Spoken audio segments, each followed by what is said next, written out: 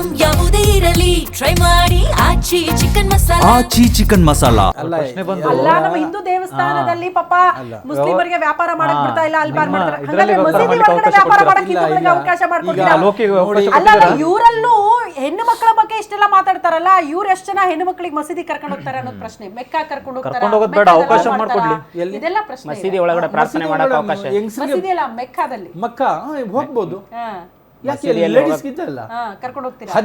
ಹಜ್ಜು ಉಮ್ರಾ ಆಗ್ಲಿ ನಾವು ಜೊತೆನಲ್ಲಿ ಹೋಗಿದ್ವಿ, ಫ್ಯಾಮಿಲಿ ಜೊತೆನಲ್ಲಿ, ಸಿಂಗಲ್ ಆಗಿ ಹೋಗಲ್ಲ. ಇದೆ ಅಂದ್ರೆ ಈ ಮಸೀದಿನೂ ಬರ್ಬೋದು, ಅವ್ರಿಗೆ ಸಪ್ರೇಟ್ ಆಗಿ ಜಾಗ ಇದೆ ನಮಾಜ್ ಮಾಡಕ್ಕೆ. ಗಂಡಸ್ರ ಜೊತೆನಲ್ಲಿ ಅಲ್ಲ, ಸಪ್ರೇಟ್ ಆಗಿ ಜಾಗ ಇದೆ. ಅದು ಮಸೀದಿ ಹೊರಗಡೆ ಅಲ್ಲ ನೋಡಿ, ಸ್ವಲ್ಪ ನೀವು ನಿಮ್ಗೆ ಮಾಹಿತಿ ಬರ್ಬೇಕು ಹೇಳ್ತೀನಿ ಎಲ್ಲ ನೋಡಿ. ಇನ್ನೊಂದು ಏನಂದ್ರೆ, ಈಗ ರಂಜಾನ್ ವ್ಯಾಪಾರ ಇದೆ. ಈಗ ರಂಜಾನ್ನಲ್ಲಿ ಬೇರೆ ಸಮೋಸಗಳು ಇದೆ ನೋಡಿ ಮೇಡಮ್, ಕೋಟ್ಯಾಂತರ ರೂಪಾಯಿ ಸಮೋಸಗಳು ಸೇಲ್ ಆಗತ್ತೆ ರಂಜಾನ್ನಲ್ಲಿ. ಅದರಲ್ಲಿ ನೋಡಿ ಈರುಳ್ಳಿ ಕೊಡೋರು ಹಿಂದೂಗಳು, ಮತ್ತು ಎಣ್ಣೆ ತಂದು ಕೊಡೋರು ಹಿಂದೂಗಳು, ಮಾಡೋರು ಮುಸಲ್ಮಾನರು, ಎಲ್ಲ ಒಗ್ಗಟ್ಟು ಒಂದು ಲಿಂಕ್ ಇದೆ. ಎಲ್ಲ ಹಿಂದೂ ಮುಸಲ್ಮಾನರು ಬೇಕು. ಆದರೆ ನೋಡಿ ಈಗ ಇದರಲ್ಲಿ ಏನು ಬಂದಿದೆ, ಈಗ ಕೆಲವು ವರ್ಷದಿಂದ ಲವ್ ಜಿಹಾದ್ ಅಂತ ಶುರು ಆಗಿದೆಲ್ಲ, ಅದಕ್ಕೆ ನಿಮ್ಮ ಹಿಂದೂನಲ್ಲಿ ಏನನ್ನ ಲವ್ ಜಿಹಾದ್ ಆಗಿಬಿಟ್ರೆ ಮುಸಲ್ಮಾನ್ ಹುಡುಗ ಮಾಡಿದ್ರೆ ಎಲ್ಲ ಆಚೆ ಬಂದುಬಿಡುತ್ತೆ. ಆದರೆ ನಮ್ಮ ಇದರಲ್ಲಿ ಮುಸಲ್ಮಾನಲ್ಲಿ ಹುಡುಗಿ ಹೋಗಿಬಿಟ್ರೆ ಅಷ್ಟೇ, ಸತ್ತೋಗ್ಬಿಟ್ರೆ ಅಂತ ಬಿಟ್ಬಿಡ್ತೀವಿ, ಆಚೆ ಬರಲ್ಲ ಅದು ಮಾತು. ಎಷ್ಟು ಹುಡುಗಿರು ಹೋಗ್ತಾ ಇದ್ದಾರೆ, ನಾವು ಏನು ಕಚರ ಕ್ಲೀನ್ ಆಯಿತು ಬಿಡಿ ಅಂತ ಬಿಟ್ಬಿಡ್ತಾರೆ ಮುಸಲ್ಮಾನರಲ್ಲಿ. ಕೈಗೆ ನೋಡಿ ಒಂದು ಇದು ಕಣ್ಣಿಗೆ ಕಾಣಿಸ್ತೆ, ಒಂದು ಸಲ ಹೇಳ್ತಾರೆ, 2 ಸಲ ಹೇಳ್ತಾರೆ, ಓಡೋಗಿ ಬಿಟ್ರೆ ಅಷ್ಟೇ ಅದು. ಆ ಥರ ಈ ನಿಮ್ಮ ಇದರಲ್ಲಿ ಏನಂದರೆ ಅದು ಆಚೆ ಬರುತ್ತೆ, ಅದು ಇದು ಎಲ್ಲ ಬರುತ್ತೆ, ಆವಾಗೆ ಲವ್ ಜಿಹಾದು ಅಂತ ಇದು ನೋಡಿ ಮೇಡಮ್. ಎಲ್ಲ ಇದರಲ್ಲಿ ಇದೆ, ಒಂದು ಕಡೆ ಎಲ್ಲ ಸಮುದಾಯದಲ್ಲಿ ಇದೆ. ಈ ಕೆಲರದ್ದು ಆಚೆ ಬರುತ್ತೆ, ಕೆಲರದ್ದು ಬರಲ್ಲ. ಅದೇ ಆದರೆ ಈ ಎಲ್ಲ ಮಾಡೋದು ನೋಡಿ, ರಾಜಕಾರಣಿಗಳು ಎಲ್ಲ ಅವ್ರಿಗೆ ಹಿಂದೂ ಬೇಕು, ಇವ್ರಿಗೆ ಮುಸಲ್ಮಾನ ಬೇಕು. ಈಗ ಏನಾಗಿದೆ, ಮುಸಲ್ಮಾನಿಗೆ ಯಾವ ಪರ್ಮುದ್ ಮುತಾಲಿಕ್ ಅಂತ ಅವ್ರ ವ್ಯಕ್ತಿಗಳು ಮುಸಲ್ಮಾನ ಅಂದರೆ, ಈ ಕಡೆಯಿಂದ ಒಬ್ಬ ಕಾಂಗ್ರೆಸ್ ಲೀಡರ್ ಹೇಳ್ತಾನೆ ಮುತಾಲಿಕ್ ಮುಸಲ್ಮಾನ ಓಡಬ್ಯಾಡ್ದು. ಈ ಥರ ಈ ಪ್ರವೋಕ್ ಮಾಡಿ ಏನಾಗುತ್ತೆ, ಹಿಂದೂ ಮುಸಲ್ಮಾನ್ ಕರ್ನಾಟಕದಲ್ಲಿ ಇರಲಿಲ್ಲ ಮೇಡಮ್, ಈಗ ಬಂದಿದೆ. ಹಿಂದೂಗಳು ಪ್ರವೋಕ್ ಮಾಡ್ತಾ ಇದ್ದಾರೆ ಅಲ್ಲ, ಎಲ್ಲ 2 ಕಡೆ ಇದೆ ಮೇಡಮ್, 2 ಕಡೆ ಇದೆ. ನಾನು ಹೇಳಿದೇನು, ಆದ್ರೆ ಅತಿ ಹೆಚ್ಚು ಗಲಾಟೆ ಗಲಭೆಗಳು ಕಲ್ಲು ತೂರಾಟ ಆಗೋದೆಲ್ಲ ಹಿಂದೂಗಳ ಹಬ್ಬದ ಆಚರಣೆಯಲ್ಲಿ. ಯಾಕೆ ಅನ್ನೋದು ಪ್ರಶ್ನೆ. ರಂಜಾನ್ ಮಾಡ್ತೀರಿ, ಅವಾಗ ಯಾವುದು ಗಲಾಟೆ ಗಲಭೆಗಳಾಗಲ್ಲ, ಕಲ್ಲು ತೂರಾಟಗಳಾಗಲ್ಲ, ಬೆಂಕಿ ಹಚ್ಚಲ್ಲ, ಚಪ್ಪಲಿ ಎಸೆಯಲ್ಲ, ಉಗಿಯಲ್ಲ, ಎಂಜಲನ್ನ ಕೂಡ ಉಗುದಿಲ್ಲ ಇಲ್ಲಿ ತನಕ. ಅಷ್ಟು ಗೌರವ ಕೊಡ್ತೀವಿ ನಾವು ಅಂತ. ಆದ್ರೆ ಹಿಂದೂಗಳು ಯಾವ್ದಾದ್ರು ಹಬ್ಬ ಆಚರಣೆ ಮಾಡ್ತಾರಂದಾಗ್ಲೇ ಮಸೀದಿಯಿಂದ ಕಲ್ಲು ತೂರೋದಂತೆ, ಬೆಂಕಿ ಹಚ್ಚೋದಂತೆ, ಎಂಜಲು ಉಗಿಯೋದಂತೆ.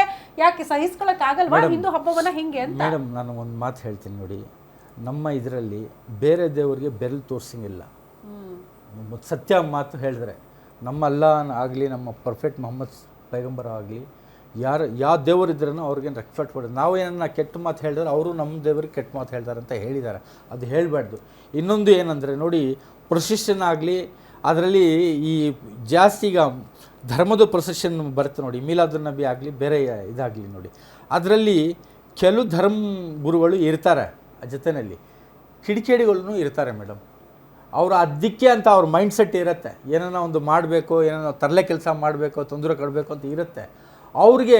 ಎಷ್ಟಂತ ನಾವೂ ಆಗಲಿ ಹಿಂದೂ ಇದರಲ್ಲಿ ಜಾತ್ರೆಗಳಿನೂ ಆಗತ್ತೆ, ಒಬ್ಬ ಮುಸಲ್ಮಾನ್ ಒಳಗಡೆಯಿಂದ ಹೋಗಿಬಿಟ್ರೆ ಅವ್ನಿಗೆ ಬಿಡಲ್ಲ, ಅವನು ಒಂಥರ ಇದು ಮಾಡಿಬಿಡ್ತಾರೆ. ಅದು ಈಗ ನೋಡಿ ಉರುಸ್ನಲ್ಲಿನೂ ಆಗತ್ತೆ, ಯಾರನ್ನ ಹೋಗಿಬಿಟ್ರೆ ಒಂದು ಲುಂಗಿ ಇಳಿಯೋದು ಈಗ ಬಂದಿದೆ ಮೇಡಮ್. ಮುಂಚೆ ಇಬ್ಬರು ಸೇರಿಕೊಂಡು ಮಾಡ್ತಾಯಿದ್ರು ಏನಾದ್ರೂ, ಈಗ ಏನು ನೀನು ಬೇರೆ ನಾನು ಬೇರೆ ಅಂತ ಈ ತರ ಪರಿಸ್ಥಿತಿ ಬಂದಿದೆ.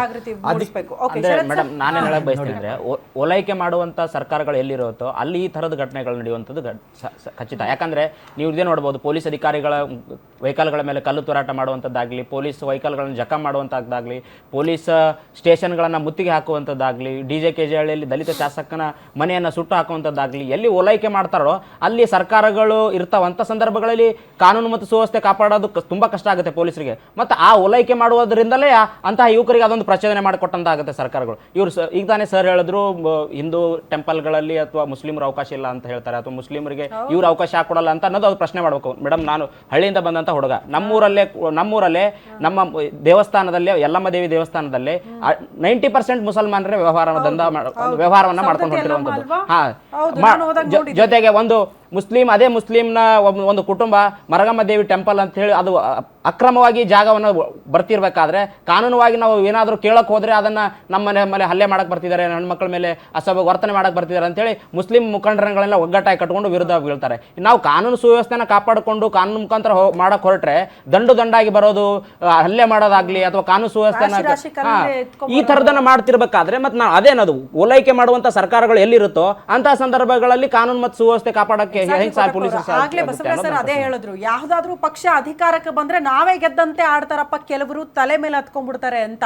ಸೊ ಆ ರೀತಿ ವರ್ತನೆಗಳು ಎಲ್ಲಿ ತನಕ ನಿಲ್ಲಲ್ವೋ ಇಂಥ ಗಲಾಟೆ ಪ್ರಕರಣಗಳು ಕೂಡ ನಿಲ್ಲಲ್ಲ ಅಂತ ಬಸವರಾಜ್ ಸರ್ ಅದನ್ನೇ ಹೇಳ್ತಾ ಇರೋದು.